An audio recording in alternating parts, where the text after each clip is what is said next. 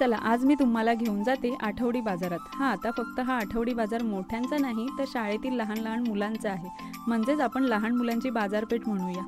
आता या लहान मुलांकडून खरेदी करणार कोण? पण असं नाहीये, बरीच मोठी मंडळी खरेदी करून मुलांचं प्रोत्साहनही वाढवतात। मुलांना व्यावहारिक ज्ञान मिळावं, उद्योगधंद्याची आवड निर्माण व्हावी, पैशाची देवाणघेवाण समजावी यासाठी केलेला हा शाळेने उत्तम उपक्रम आठवडी बाजार। आमच्या शाळेचे आठवडी बाजाराचे 12वे वर्ष आहे।